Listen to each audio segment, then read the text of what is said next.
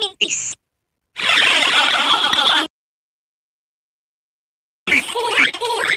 Regular third Baltas. Good morning kay Idol Mayan Pitoriano. Yan, si Idol si Idol T-Bone. Good morning, sir. Idol, kumusta ka? Yan, salamat sa panonood. Good morning, Ma'am Netan. Yan, good morning po. At saka kay Sir Al Carlos na ngayon ho'y nandyan at nakatutok sa atin sa lungsod ng Puerto Princesa sa lalawigan ng Palawan. Thank you.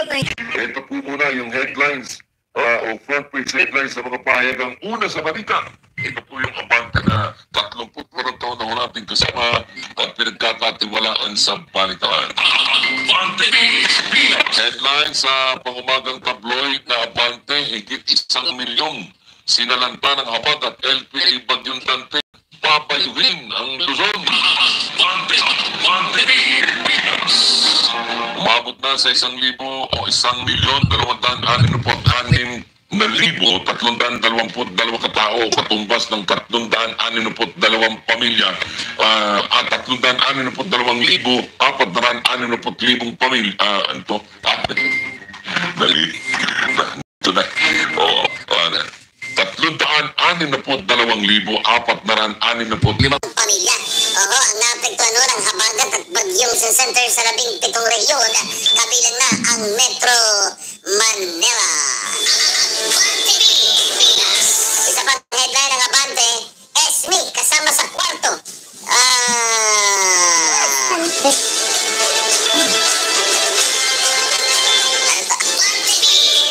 Sumamit ho ng cocaine at marijuana ang negosyanteng si Paulo Tantoco sa kanyang Beverly Hills Hotel room bago siya namatay ayon sa preliminary report ng Los Angeles Police. Patay sa opisyal na report na nakuha ng bilyonaryo mula panahong unang bahagi ng Marso ay nasa Estados Unidos na si Paulo at ang kanya. At doon sa mga naulat sa mga kasabay na ulat ho nito ay tinanggiho nila wala daw ho doon si First Lady Lisa Araneta Marcos.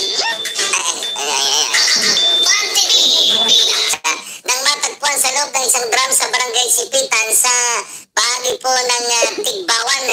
Ayon sa punong barangay, hinahanap pa nila ang bata. Ay kinaumagahan at tinanong siya ng kanyang ina kung saan niya siya nanggaling at nasaan ang kanyang anak.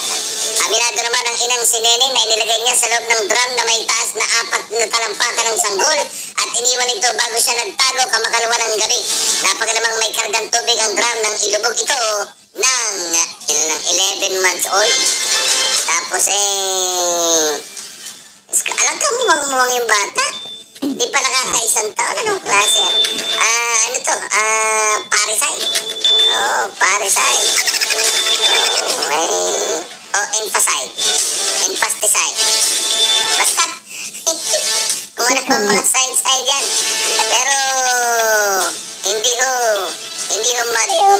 Right, Escudero, siningit 52 billion pesos road project. Maabot na ho sa 52.7 billion pesos ang siningit ni Senate President Francis G. Escudero sa 2025 national budget para sa mga road project na tagtad ng red flag sa natin. At yan ho ang ating mga front page headlines sa mga pahayagang nangunguna ho. Ito po ang Abante at Abante Tonight.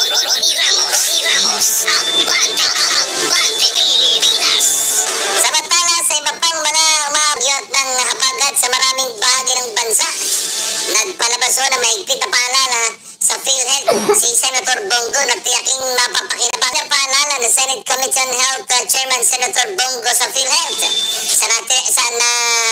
tiyaking mapapakinabangan ng publiko lalo na ng mahihirap na mga pasyente ang iba't ibang medical benefits. Kasunod din ito ng anunsyo ng PhilHealth na mahigpit nito ipapatupad ang outpatient emergency benefit ng publiko na magpa-hospital. Panawagan naman sa publiko ng senador bantayan ang implementasyon